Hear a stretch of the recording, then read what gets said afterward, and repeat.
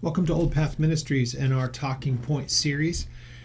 Today we're going to tackle something that you see a lot in the news, and especially a lot of people that you would kind of look at as conspiracy websites and things like that. And I usually shy away from those a little bit, but this one has a lot of biblical reasons why I want to take it on, plus, the world in which we live and the events taking place right in front of us.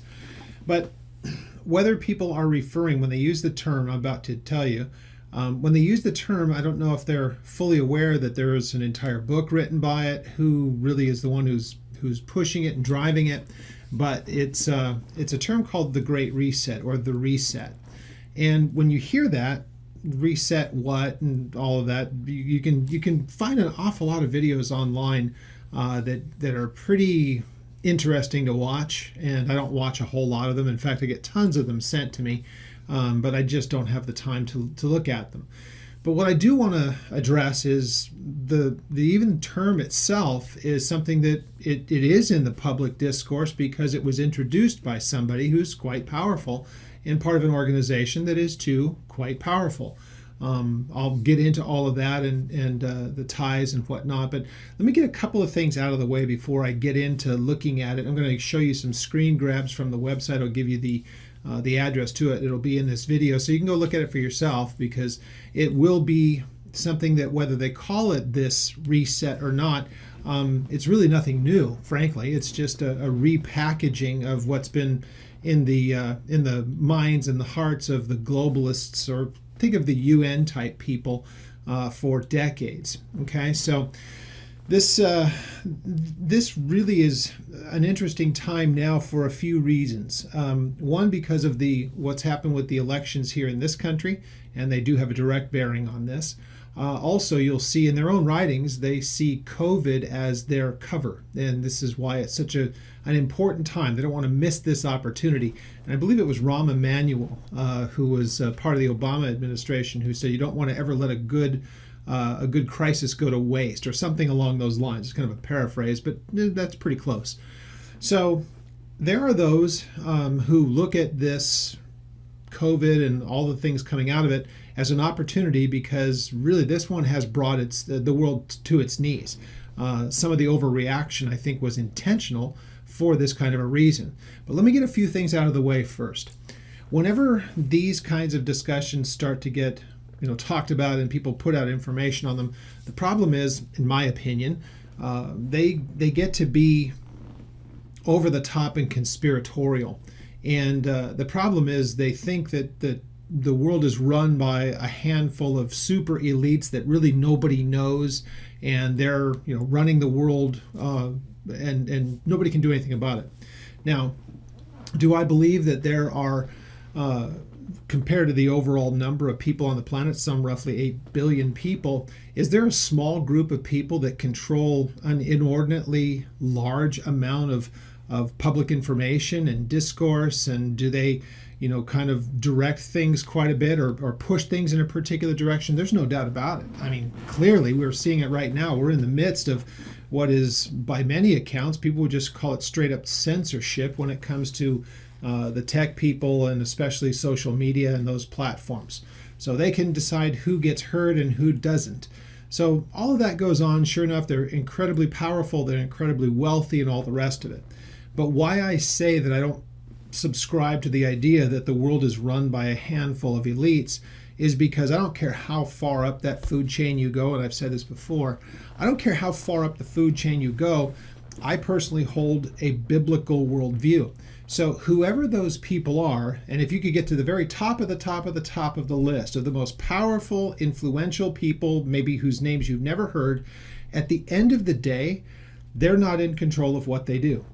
It's God who holds the timepiece. He's the one who decides when these things begin to take place, because not everything is going to continue as it always has. The Bible is clear about this, because it talks about future things, and the world as we know it is not what is future. So at the same time, we do know that behind the scenes, biblically speaking, that the devil is doing the things that he does. We know how all of it ends up. But in order for him to do the things that the Bible speaks about, that the devil would put together something like this, those kind of elites are the people that he'll use. So I don't care how much money they have. I don't care the kind of prestige or access or anything else. They're still puppets.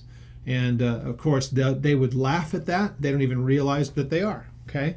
So, because it's a spiritual matter, the believers in what Scripture has to say about it, their eyes would be open to it. Everyone else, their eyes are closed to it. So, with all of that as the backdrop, here we are, 2020. We have the elections. I'm recording this in the beginning of January 2021. And the interesting thing that's been going on in this country for the last 4 years, and it's really not something that people look at because everything is driven by personality. So the people that love Trump love him. The people that hate him really hate him. And there's not a lot of people in between. I happen to be one who looks at him and says, he's not the kind of a guy I think I would hang out with a whole lot if I knew him personally. But I do like what he had done. And I do like the things that were done ideologically and policy-wise in the country. And this is one of those topics that really most people probably don't even take the time to think about how different he was. Now here's what I'm getting at, and here's how it works in our topic. When he came into office, the first thing he looked at were all the different things that our country did in trade and foreign policy, and thought, I don't like it because it doesn't favor the United States. It seems to favor all the other countries. And so he took what some would call a nationalist point of view or a populist point of view, which is to say, look, if it's not in our best interest, we're not going to do it. We're not interested in pursuing it. So he pulled us out of the Trans-Pacific Partnership. He had them renegotiate NAFTA. He pulled us out of the World Health Organization because of their goofing up of the coronavirus situation and running cover for China. He changed the way that we do business with China and put a lot of tariffs on theirs to try to level the playing field.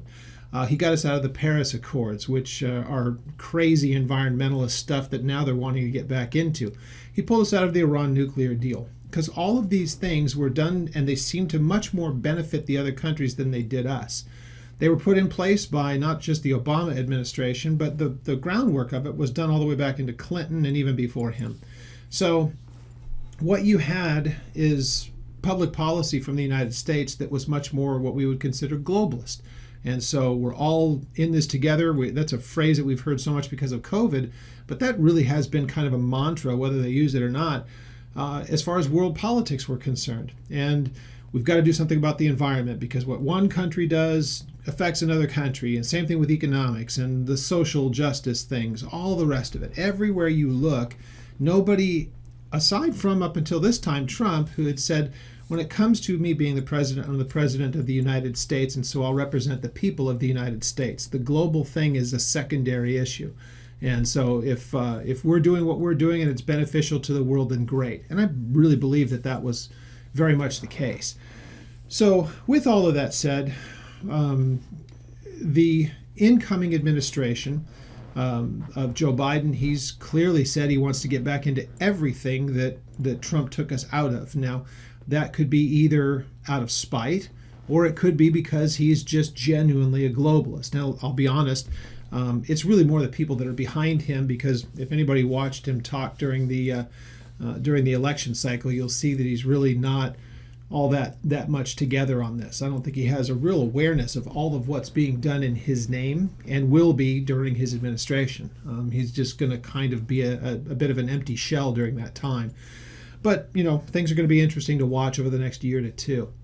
Now, with all of that said, in comes what you find, the European elites are some pretty interesting people. And the things that have been going on in Europe have been kind of driving that whole part of the world for a while. When Europe began to kind of eliminate their borders and try to become much more of a global pack, if you will, the European Union and whatnot, they started to do a lot more on the political side of things that doesn't really reach us much over here that we talk an awful lot about. In this case, this man, I'm going to show you a picture of him. His name is Klaus Schwab, and he's a guy that's, if you hear him, he's synonymous with the World Economic Forum. Maybe some of you have heard that before, the World Economic Forum. They've been around for a while. And really, you can do all of your own looking into them and where they've come from and all the rest. This is not going to be any kind of a deep dive into who he is and what the World Economic Forum is.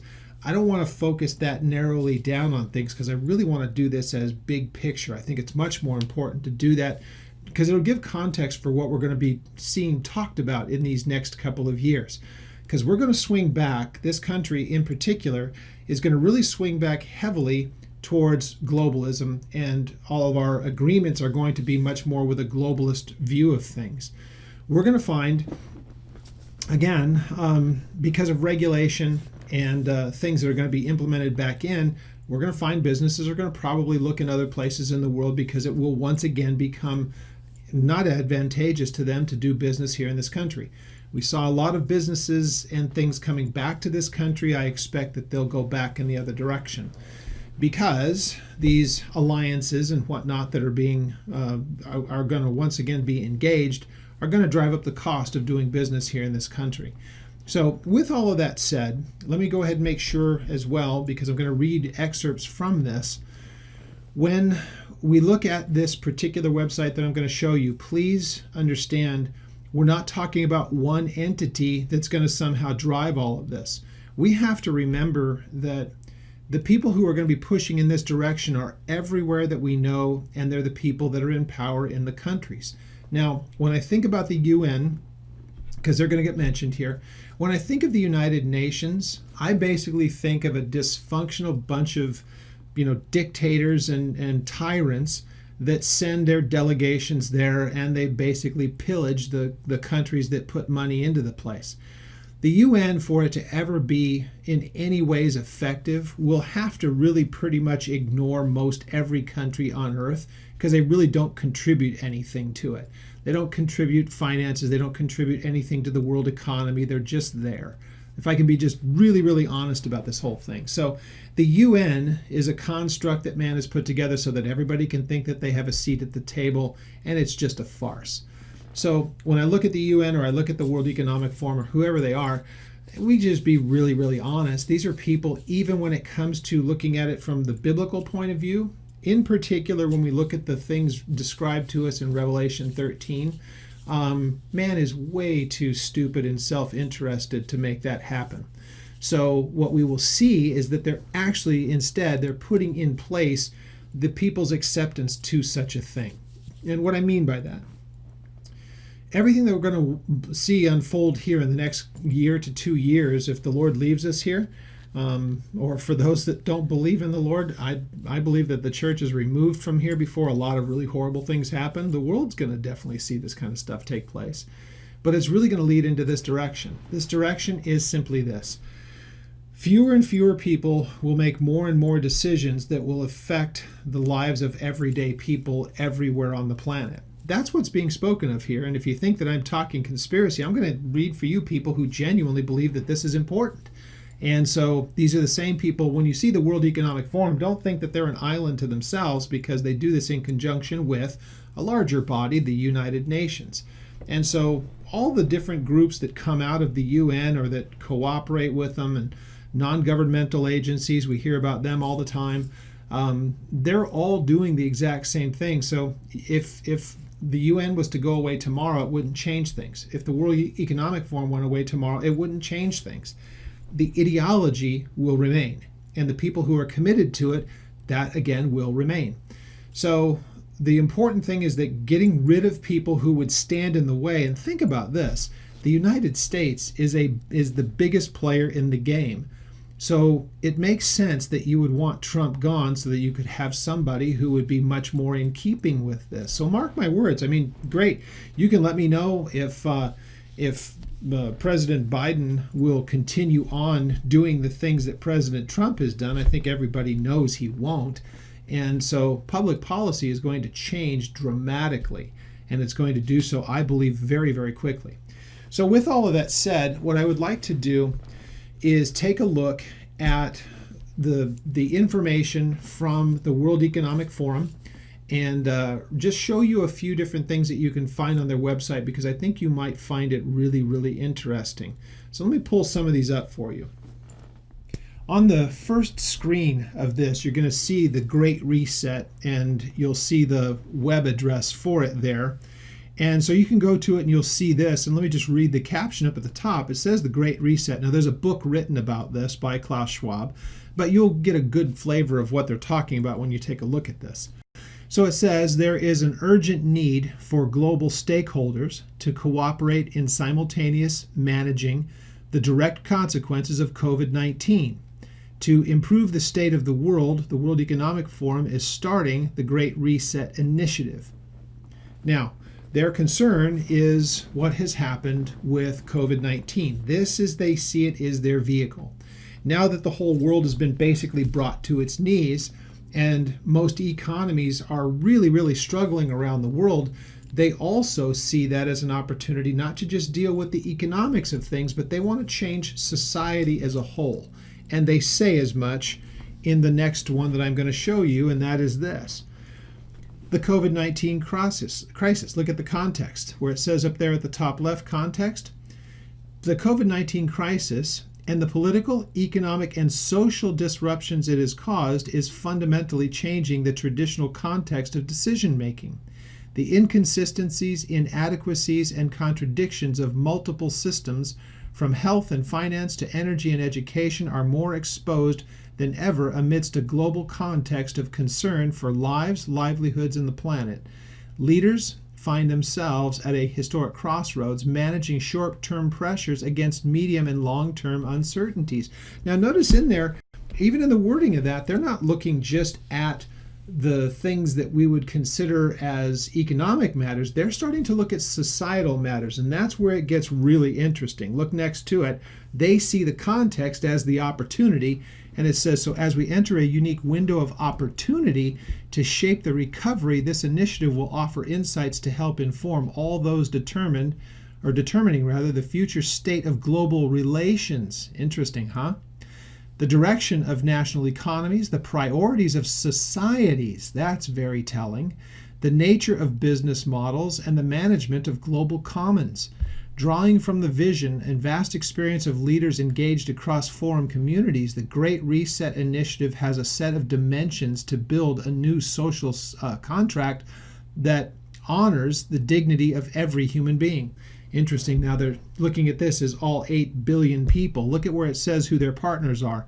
The World Economic Forum partners are world-class companies with strong interest in developing systemic solutions to key challenges. Now you can click on their partners, and then in the uplink it says the uplink is a digital platform to crowd space innovations in an effort to accelerate the delivery of the UN Sustainable Development Goals. That is a huge matter. If you don't know what UN Sustainable Development Goals are, that is exactly what we are about to look at in the next series of slides.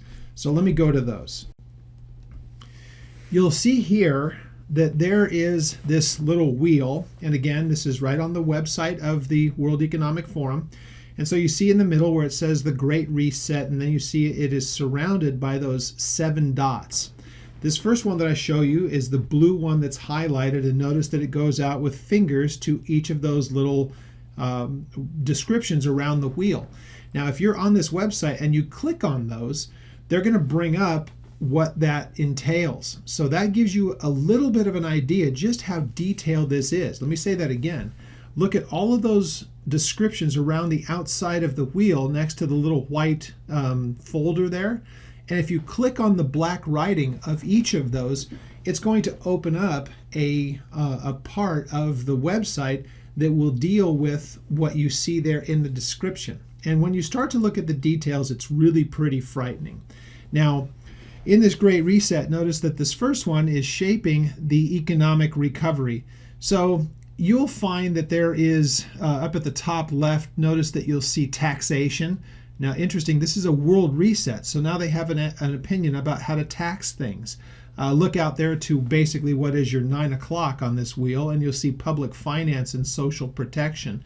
Air pollution is mentioned in this right at around 8 o'clock, and so on. So if you look around at the rest of these, you'll see that they have in place the various parts of this reset that they feel will be helpful to this. Now, take a look over to the right-hand side of that, and you'll notice it'll say global governance. Well, that's interesting because that is definitely at the heart of what they're wanting to do. Now, the next one, you're going to see it says harnessing the fourth industrial revolution. And really, that's all the stuff that's up along the top right hand of the wheel. Basically, everything from pretty much 11 o'clock over till about 2 o'clock on this, if you understand what I mean by that. But take a look at, they have like the idea of the vaccinations that you see there around 2 o'clock or 1 o'clock. Just take a look at the different things that are there. Internet governance, that last one in the details that are there. Again, we see that kind of thing already starting to take place, and we're only in the first 2 weeks of January. It's happening with some of our big tech people and who can be on Twitter and who can't. And now this third one. Take a look at the strengthening regional development. And that's when you're going to see things like climate change, and you're going to see global governance that is there. You're going to see COVID-19 and sustainable development. And each of these, again, if you go ahead and click on them, you're going to see that it opens up another part of the website, and it gives you much more detail about what they're proposing to have take place in that. Now, again, the third or the fourth of these is revitalizing global cooperation. Now notice there you see the first one up at the top, global governance. They keep coming back to this idea that the governments need to be much more run in a global sense rather than nationalist. It goes right along with what I was saying earlier. Now, there is the supply chain and transport. So how do you get goods and services to people as part of this, which again is very reminiscent of what you see in Revelation 13. So again, you see all the rest of this. You see leadership, you see global health, geopolitics, all the different things that you see here, which should, kind of concern you a bit, because these are people who are not just, again, some bunch of crazy people in Europe. This is people who are pulling in the same direction as the United Nations and globalists as a whole. Look at the next one that we have here, which is developing sustainable business models. Of course, climate change is one of those things. So see how they're going to say that climate change has to be brought into account when you're developing business models. Of course, you see that one finger that goes way up to the top there, and that is the digital economy and new value creation going along with taxation and all the rest of it. It is such an interesting thing that national sovereignty is going to be the very first, once all this stuff starts to take effect, and I have no doubt that it will, once it starts to take effect, the idea of the individual on part of the collective the individual begins to go away, and the collective kind of comes to the front. That is classic Marxist ideology. Now, the funny thing about it, and sad thing about it, when it comes to Marxism, socialism, communism, the people have to share in the misery. The elites get to live quite well. And so it's going to be a whole new thing for people in the United States to try to get their minds around being like other countries that have varying degrees of socialism, but it's more control given to the government and less in the hands of the individual. So if you look at this developing sustainable business models, you'll notice on the left side lower part, there's things like air pollution, corporate governance, and then a lot of environmental types of things, the future of food. I just think when it talks about the mark in Revelation 13 of not even being able to buy or sell without having that identifier as a part of you. Let's go to the next one, which is restoring health and the environment. Now here's where you're going to get all the Green New Deals, plural, says Green New Deal, but it says Green New Deals as in plural here. And of course, there's public finance as part of this, climate indicators, the future of energy, forests, the ocean, and the future of mobility. These are all part of those things that they see as in their grasp. Sustainable development is over on the right-hand side, biodiversity, and the future of health and healthcare. So again, look at how much they see COVID has so leveled the playing field that now for the first time as they see it in human history, they find an opportunity for them to reshape the way that society functions. Now, let's remember that much of the rest of the world already operates in this kind of insanity. Europe and the developed nations of Europe and those places, not talking about the third world because they're really not players in this. We're talking primarily Europe, to some degree Canada, and not much really in South and Central America because they just don't have resource and they don't have economies that can produce this type of control. This really is focused at Europe, and it is focused at the United States because they're the bigger players on the planet. China, of course, is part of it, but China wants nothing to do with international things. They want to run the world. So kind of interesting. Russia would love to have a seat at this, but they don't have the natural resources. So look at the G8 and look at who is involved in that, and you get kind of an idea. Now, last of these things, look at it says redesigning social contracts, skills, and jobs. This is the one that is really creepy because it's probably the one that we've seen most prominently in our country over these last few years. So look at this, what it shows on this, starting at about what we would consider maybe 10 o'clock to almost midnight. Look at where it says entrepreneurship. Now they get into lesbian, gay, bisexual, trans, whatever, all the different ones. Inclusion, peace and resilience, justice and law, civic participation, human rights, and systemic racism. So they're buying into all of the social justice aspects of this as part of the reset. It's not that the world's been brought to its knees economically because of COVID. They see that the world needs to start talking with one voice on all of these. And we already know what the elites believe about this kind of stuff.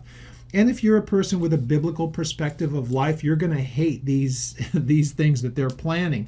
Notice that you see up around 1 o'clock to 2 o'clock, you see the next industrial revolution and then artificial intelligence. Of course, they do tie in the Green New Deal with this at around, 8 o'clock, 8:30. And then social protections, corporate governance. You can just see all the little arms that go to these different places. So with all of that said, what we find in front of us is a reset that's not just some fanciful kind of thing. They have a real plan for this. And let's make sure that we take a look at something like the Great Reset and recognize that when you look at the things published by the United Nations, whether it's Agenda 2030 or it was Agenda 21 before that, these are the same things that have been being spoken of for a very, very long time. And so they finally see their great window to make these kind of things happen. And so we'll see a lot of discussion in the public policy. If you haven't had a chance to look at it, and I'll put up a link for this as well, where you can go and take a look at this.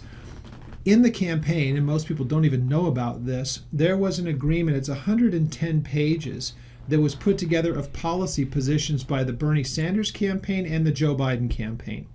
And if you take a look at what they're proposing, it is to do in the United States exactly what the Reset has been calling for, or Agenda 21 or Agenda 2030, all the UN things. None of this is unique and nobody's got some kind of great grand new ideas. They're just looking for the opportunity. Here, this is probably the most honest assessment that I've seen so far of what they want to take place, what they want to see take place. So I just wanted to take a few moments to go through this with you and, not have the same kind of tinfoil hat, Chicken Little running around with your head cut off about the Great Reset, but rather to give a biblical perspective of it and to say, well, this fits perfectly with what I would assume that the world's going to look like when we see the things during the tribulation that are clearly spelled out in the book of Revelation. Now, again, chapter 13 gives you a great indication of that. Some people look at the Antichrist as being an individual, and because of the dynamics of the Greek language, you can also look at the Antichrist being in the sense more of an organization, and it doesn't even have to be an either or, it can be a both, because it can be a person that has control of this type of a mechanism where all the world has given over the power and the decision making to one person. That's what Revelation 13 talks about. It's hard for us to envision such a thing, and yet the more of these kinds of things that get rolled out with more and more acceptance, and in our country, the more that we see the acceptance of these kinds of solutions, as they would call them, and people gravitating towards it.